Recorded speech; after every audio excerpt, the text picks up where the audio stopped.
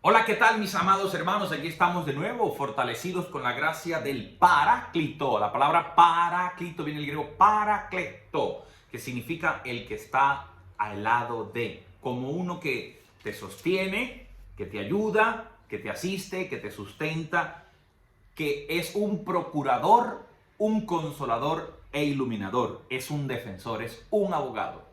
Y esta expresión la utiliza nuestro Señor Jesucristo precisamente en el Evangelio según San Juan, que ahora durante estos días estamos leyendo y meditando. Nos encontramos pues en el capítulo 16, versículos del 12 al 15, y esto constituye lo que se llama el quinto anuncio del Espíritu Paráclito, o sea, del Espíritu que es consolador e iluminador del proceso interno en la fe de todos los creyentes. Recordemos pues que el objetivo del evangelista San Juan es presentar la vida y obra de Jesús de Nazaret como el Hijo de Dios que se ha hecho carne, la palabra que se hace carne, que nos revela al Padre. Y para alcanzar esta revelación plena, el evangelista nos habla de las palabras de Jesús que prometió que vendría un día el Consolador, el Espíritu Santo. De tal manera que a través del Espíritu Santo, todo aquel que lee estas palabras, que las escucha en el ayer, en el hoy y en el mañana, pueda alcanzar el objetivo que se propone el evangelista, la fe. Sin esta ayuda del Espíritu Santo, muy difícilmente, prácticamente imposible que se dé la fe en el corazón de un creyente. Una vez que la persona decide creer, allí se está abriendo al Ruah, que se dice en hebreo, al Ruah de Dios, que es al Espíritu de Dios, que es principio vital, principio de vida. Y esto mismo se dice en griego, porque los exégetas, los que interpretaban los textos bíblicos, empiezan a hacer las traducciones del hebreo al griego y escriben, en vez de ruach en hebreo, escriben neuma. Lo neuma, neumático, es el espíritu, lo inmaterial, pero a la vez en ambas culturas, tanto la hebrea como la griega, están ligadas a ser lo neuma, vida, principio fundamental de vida. Les decía que esto hace parte del quinto anuncio del Espíritu Santo como consolador, paráclito que vendrá sobre la comunidad de los creyentes. Entonces, si este es el quinto anuncio, significa entonces que hay unos 4 anuncios antes. A manera de información y de cultura general, quisiera mencionárselos para que ustedes se den a la tarea de leerlos más detenidamente en el mismo Evangelio según San Juan. El primer anuncio de este Espíritu Consolador o Espíritu Paráclito aparece en el capítulo 14, versículos del 15 al 17. Allí tiene unas características particulares. Ya nuestro Señor Jesucristo empieza a decirles que vendrá el Espíritu Consolador, el Espíritu Paráclito, para hacer precisamente esa tarea de consolar, de transmitir seguridad y confianza. Es la promesa de permanencia de Jesús con los apóstoles, discípulos y todos los creyentes de ayer, hoy y todos los tiempos hasta el fin de la historia. Ya ahí en el capítulo 14, versículos del 15 al 17, aparece pues esa primera promesa de la venida del Paráclito, del Espíritu Consolador. Luego hay un segundo anuncio en el mismo capítulo 14, versículos del 25 al 26, y aparece una imagen del mismo Paráclito o Consolador con una característica nueva, como el maestro que te hace recordar y a la vez te explica las palabras de Jesús. En este sentido, el Espíritu Santo es maestro porque te lleva a recordar el pasado, te interpreta el presente y te abre la perspectiva de lo que acontecerá mañana, o sea, del futuro. En una palabra, la segunda característica que aparece aquí, en el segundo anuncio del Paráclito, es como maestro que te permite actualizar permanentemente el pasado, te lo trae al hoy y te abre al mañana. Es el maestro que te lleva a la memoria de las enseñanzas de Jesús. Luego, en el capítulo 15, versículos del 26 al 27, allí tenemos ya el tercer anuncio de Jesús de la venida del Espíritu Paráclito o Consolador, con una característica: vendrá como testigo a favor de Jesús y por consiguiente a favor también de los discípulos de Jesús de ayer, de hoy, de mañana y de todos los tiempos.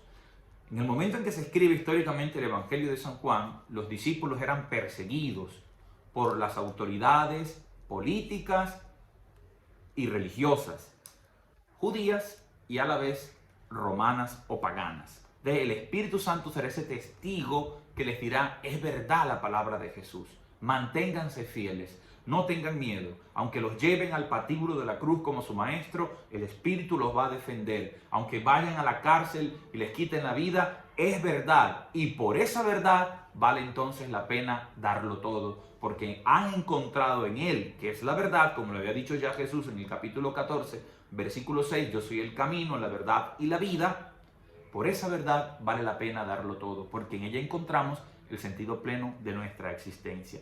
O sea que quien vive bajo la inspiración permanente de este Espíritu que te testimonia interiormente que Cristo es el camino, la verdad y la vida, ya no hay miedo, no hay temor. No hay temor ni siquiera a la muerte, porque morir por esta verdad es entonces encontrar la verdadera vida inagotable que no termina jamás.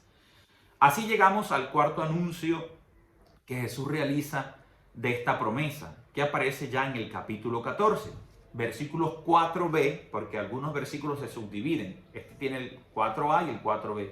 En el 4b hasta el versículo 11 aparece allí de nuevo el Espíritu Santo con una característica, una misión específica. Si antes habíamos dicho como consolador, como maestro, como testigo, ahora aparece con uno que realiza una misión delante del mundo, que confronta el pensamiento opuesto a Dios y hace caer en cuenta a los discípulos de Jesús de la mentira y el error que viven aquellos que se oponen al pensamiento de Dios.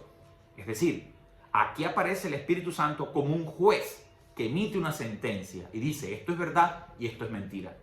Revela entonces el engaño y la mentira de vivir bajo el poder de las tinieblas y el príncipe de este mundo. Es allí donde Jesús dice que el Espíritu Santo vendrá y les enseñará el error en que ellos están viviendo. Y se darán cuenta ustedes que el príncipe de este mundo no tiene poder sobre mí y tampoco tendrá poder sobre ustedes.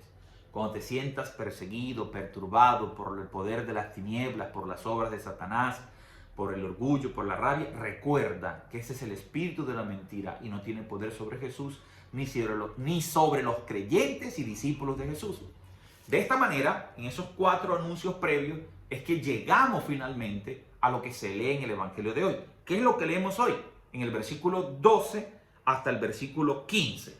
Y recordando que a la vez este capítulo 16 hace parte de la segunda sección del libro, que se llama el libro de la pasión y el libro de la gloria. Porque Jesús ya se encuentra en el momento decisivo y final de su vida. Y está dando su testamento espiritual y está preparando a sus discípulos para ese momento final de su vida. Ellos, ante el dolor de la cruz, lo que van a ver es algo terrorífico, algo que da miedo, ver cómo su maestro es aniquilado, crucificado. Por eso Jesús le dice, el Espíritu Santo que yo les voy a enviar es el que les va a hacer entender este acontecimiento de dolor, de sufrimiento y muerte. Es el que les va a hacer descubrir que la cruz no es una maldición, sino que ahora se convierte en bendición. Que mi muerte no es derrota, sino victoria. Que el sufrimiento tiene un sentido cuando se vive por amor. O sea, solo el Espíritu Santo hace que nosotros podamos entender la vida, palabra y obra de Jesús de Nazaret. Solo el Espíritu Santo nos hace comprender los hilos de la historia y nos hace permanecer tranquilos para saber que todo está en las manos del Padre Dios que ha creado el universo a través de su Hijo en el Espíritu Santo y que le ha confiado este gran tesoro de interpretar la historia a sus discípulos, es decir, a la iglesia, que no se agota dentro de la iglesia católica, sino que subsiste en ella, pero que a la vez hay otras manifestaciones de esta fe en Cristo que no está únicamente y exclusivamente dentro de nuestra fe católica. Tenemos la riqueza de la iglesia ortodoxa, de la iglesia oriental, tenemos también las propuestas que han hecho nuestros hermanos que en el siglo XVI lamentablemente se separaron, los hermanos protestantes luteranos, pero que han aportado también algo valioso a la comprensión de los textos bíblicos para ampliar el conocimiento de lo que Jesús ha revelado. ¿De qué es lo que leemos hoy? Escuchemos en el versículo 12. Mucho tengo todavía que deciros, pero ahora no podéis con ello. Cuando venga Él, ¿quién es Él? El quinto anuncio del Espíritu Santo, del Espíritu Consolador. O sea, cuando venga Él, ahora Jesús, después de pronunciar ese pronombre, especifica a quién se refiere con ese Él. Cuando venga Él, el Espíritu de la verdad, y aquí me detengo, os guiará hasta la verdad completa. O sea, está diciendo la identidad de este Espíritu y la misión de este Espíritu, ese Espíritu de la verdad. y tiene como tarea guiar a la verdad completa. No significa que Jesús no haya revelado la verdad completa. Todo lo reveló. Lo que pasa es que no hemos entendido todo lo que Jesús nos dijo. Por eso el Espíritu Santo es el exégeta de Jesús, el que nos interpreta las palabras de Jesús y nos hace comprenderla. No es el Evangelio el que va a cambiar. Lo que cambia en nosotros es la comprensión del Evangelio de Jesús de Nazaret. Por eso, la iglesia es dinámica y a la vez es estática. Hay elementos que son inmutables a lo largo de la historia que van a permanecer iguales para siempre. Pero hay otros que son prácticas o disciplinas humanas que con el tiempo van cambiando. Nunca la iglesia va a aprobar el aborto, nunca va a aprobar la eutanasia, los matrimonios igualitarios, tantísimas otras cosas que ya Dios ha revelado una verdad. Pero hay otras que son más de interpretación y disciplina eclesiástica. Por ejemplo, el celibato sacerdotal. Durante más de 1500 años, solo hasta el siglo XVI, se reguló el celibato y se puso como obligatorio para acceder al sacerdocio. Significa que un tiempo era opcional dentro de la Iglesia Católica, lo cual puede llegarse a dar de nuevo más adelante. Entonces, esto es necesario comprenderlo. ¿Y quién es el que interpreta esto a la Iglesia? El Espíritu Santo, el Espíritu de Dios. O por ejemplo, en los primeros siglos de la Iglesia hubo mujeres que eran diaconisas. Está la diaconisa Febe, que estoy hablando italiano con español, parlare significa hablar, que habla la carta del apóstol San Pablo a los romanos. Ella misma llevó la carta y la interpretó. O sea, era una mujer consagrada a Dios y era diaconisa y tenía esposa, tenía hijos. O sea, durante los primeros siglos se dio el caso de mujeres que eran diaconisas.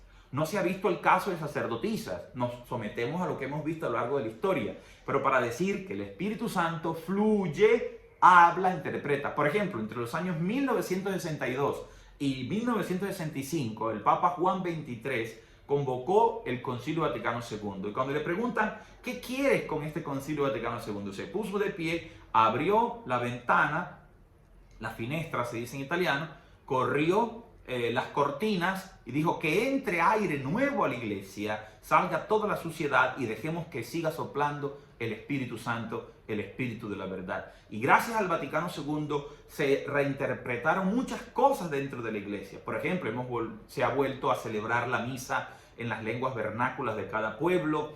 Se ha crecido mucho desde el punto de vista litúrgico, la formación de comunidades eclesiales diocesanas, la participación más consciente, activa y fructífera. Tantos elementos. No es que la iglesia haya cambiado. Lo que cambia es la comprensión de lo que Jesús nos ha venido revelando. Y faltan muchas cosas más que seguiremos comprendiendo gracias a la luz que proyecta sobre nosotros el Espíritu Santo. Y dice, Él les guiará hasta la verdad completa, pues no hablará por su cuenta, sino que hablará lo que oiga y os anunciará lo que ha de venir. Si alguien viene a anunciarnos un evangelio distinto al que Jesús ya nos reveló, aunque diga venir revelado por un ángel, eso no viene de parte del Espíritu Santo, por tanto eso no viene de Dios. Todo lo que el Espíritu Santo revela es acorde a lo que Jesús ya nos había revelado antes en su paso por la tierra, haciendo la misión que el Padre Dios le había encomendado. Ahora viene algo fascinante en el versículo 14 que dice, Él, ese Espíritu de la verdad, me dará gloria porque recibirá de lo mío y os lo anunciará a vosotros. Todo lo que tiene el Padre es mío. Por eso he dicho, recibirá de lo mío y lo anunciará a vosotros. Esta gloria de la que habla el Evangelio que pone en boca de Jesús en el versículo 14 y 15, tenemos que comprenderla en su original griego y hebreo. Por ejemplo, en hebreo la palabra gloria se dice kabos y en griego doxa. Pero ¿qué es esta doxa y qué es este kabos? El kabos, en sentido teológico bíblico, es la gloria de Dios a través de la cual Dios revela su peso y su fuerza de manera externa. O sea, es Dios obrando hacia afuera y dándose a conocer. En este sentido, la gloria de Dios es reveladora de algo más grande a la vez, que es su santidad. Por ejemplo, las obras revelan la gloria de un artista. Cuando alguien pinta un cuadro y es supremamente bello, supremamente hermoso, a través de esa acción, de esa obra, nosotros podemos ver la gloria de ese artista. Es decir, qué bello, lo hizo Botero o lo hizo Picasso, en fin. El mundo habla de esa gloria de Dios. Las obras de Dios revelan su gloria y a la vez su santidad. Por eso, en esta gloria de Dios no hay egoísmo, sino que Jesús dice, Él recibirá de lo mío. O sea, hay una comunión plena de amor perfecto. Esta gloria es el mismo amor de Dios de comunión que se da entre el Padre, el Hijo y el Espíritu Santo. Y os lo anunciará a vosotros. Todo lo que tiene el Padre es mío. Y como es mío, también es del Espíritu. Y Jesús nos quiere a nosotros hacer partícipes de esa gloria de Dios. Porque Dios no es un Dios celoso de su gloria en cuanto que dice, no, a mí eso, todo es para mí, todo es para mí. Dios no necesita ni siquiera de nuestra alabanza ni de nuestros aplausos. El gozo de Dios y la gloria de Dios es su obra. Y la obra más grande que Él ha creado eres tú y soy yo. En ese sentido, nosotros, a través de nuestras palabras, pensamientos y acciones, revelamos también la gloria de ese creador, de ese Dios que nos ha dado el ser, que nos ha dado la vida.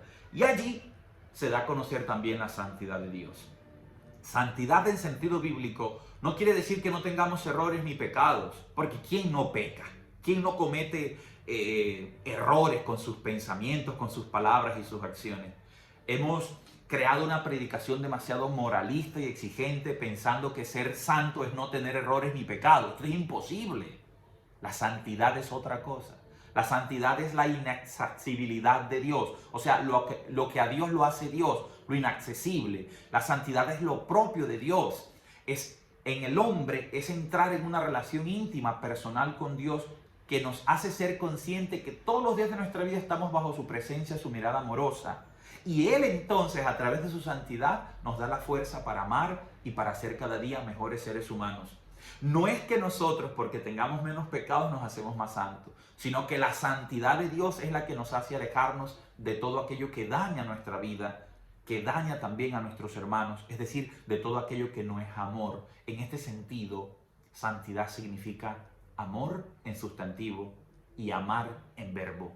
Cuando el sustantivo amor se transforma en verbo amar, allí resplandece el kados y el kabos, es decir, el agios y el doxa, la doxa. Agios, santidad; doxa, gloria. Kados, santidad en hebreo; kabos, gloria. Tú y yo somos la gloria de Dios. Y en nuestra vida llena de amor resplandece la santidad de Dios. Que podamos nosotros, hermanos, invocar al Espíritu Santo y pedirle que venga a nuestras vidas y que revele la verdad completa. Como un día, desde ya del Antiguo Testamento, lo venía revelando paulatinamente y llegada a la plenitud de los tiempos en Cristo, lo reveló de manera definitiva y completa. Por ejemplo, les dejo como tarea leer Isaías capítulo 6, versículos del 1 al 13. Y esto tiene una división tripartita. Ahí vamos a encontrar cómo Dios se revela al profeta Isaías en tres momentos. Lo primero es una teofanía, teofanos, teo Dios, fanos manifestación. Dios se manifiesta su santidad y su gloria. Luego Dios lo consagra, o sea, le hace partícipe de su santidad y su gloria y le pone unos carbones calientes en su boca para que la palabra de Dios que ha escuchado salga luego por la boca del profeta anunciándolo a un pueblo. Y ahí viene la tercera parte del texto, que es la misión. Dios se manifiesta, Dios consagra y Dios envía. En síntesis, Dios a nosotros, hermanos, no nos elige porque seamos especiales ni porque seamos dignos o santos, sino que en el momento en que Él nos elige, nos hace dignos y nos hace santos. No son nuestros méritos los que hacen que resplandezca a nosotros la gloria de Dios. Es su obra, es su amor gratuito y generoso el que transforma nuestra vida. De lo contrario, si fuera por nuestros esfuerzos, sacrificios y propósitos, no necesitaríamos de Dios. La salvación viene de Él y es una ofrenda gratuita de amor que se entrega por nosotros. Analizar, leer e interpretar la Biblia de esta manera nos da una mirada completamente llena de júbilo, de alegría, de gloria. Tanto es así que en el versículo 16 del mismo capítulo vamos a encontrar que Jesús anuncia algo que vendrá. Dentro de poco ya no me veréis y dentro de otro poco me volveréis a ver. Y Jesús dice que cuando lo vuelvan a ver, entonces su alegría será plena, perfecta. Una vida en el Kadosh, o sea, una vida en la santidad y en la gloria, es una vida que refleja luego amor, gozo y alegría. Y para cerrar esta reflexión entonces, hermanos, les leo una frase del Evangelio de hoy en el versículo 13 directamente del texto original. Estas letras que ustedes ven ahí, este es el idioma griego en que se escribió el Nuevo Testamento. Y dice así: To neuma tes aleteias, que quiere decir el espíritu de la verdad. Roa neuma, espíritu. Aleteia, a significa sí. Y leteia quiere decir velo o oculto. Entonces la verdad es lo que está sin velo, lo que se puede ver, lo que se puede conocer totalmente, lo que no necesita estar oculto. Este es Jesús de Nazaret. Vive en Él y podrás vivir en la verdad que te hace libre, dichoso y feliz por siempre. Juanca Mendoza. Solo en Cristo la vida es una nota mucho más sabrosa. Chao a tutti.